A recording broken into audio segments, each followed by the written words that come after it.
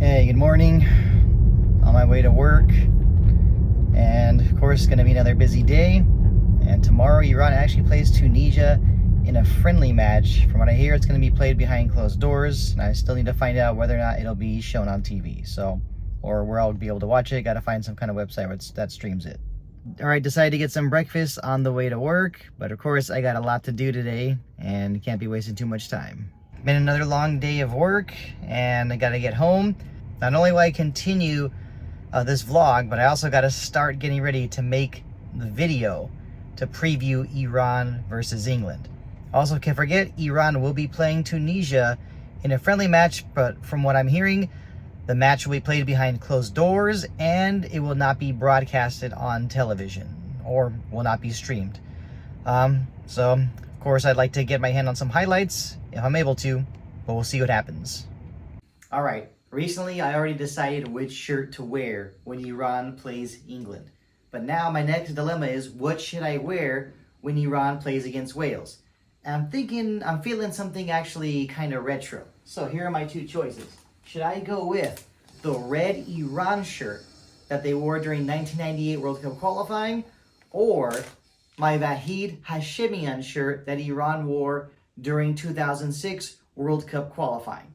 I mean, I figure if I'm having trouble coming up with a decision, I should ask some of the diehard Team Melli supporters. So let me know what you think. Leave a comment down below. When I was holding my Vahid Hashemian shirt, it right away made me remember just what an amazing player Vahid Hashemian was for Team Melli. I mean, to me, he was a legend. He's easily one of my all-time favorite Team Melli footballers.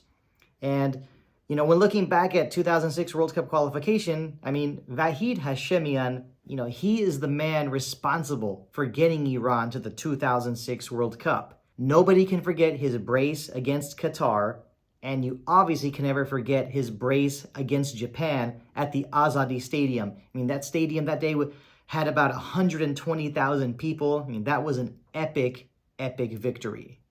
Now, the next thing for me to talk about is that I also have some more Team Melli experiences to share, because my first time getting to see Iran play in person at the World Cup was the 2006 World Cup in Germany, and I was extremely excited.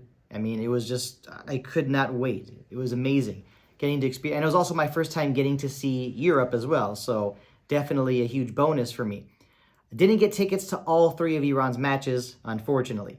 Got tickets to see Iran versus Mexico, and also got to see Iran versus Angola.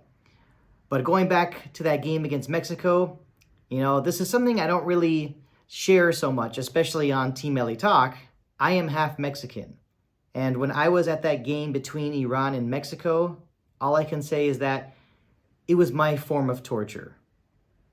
And I remember telling people that I was hoping for a draw. I mean, I really was. But I also, I can't lie to myself.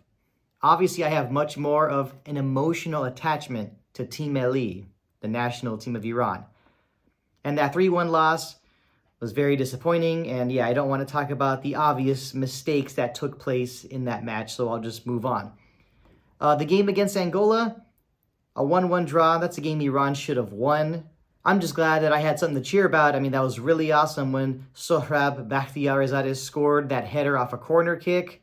So even though it wasn't the ideal World Cup, it still was amazing to experience the World Cup, and it was amazing to see Team Melli play in person at the World Cup. And now to wrap up this vlog, let's not forget, Iran will be playing Tunisia in a friendly match. I believe it's due to start at about 5 a.m. California time. So wherever you are, of course, you just got to do the math. And this game against Tunisia is technically an unofficial friendly.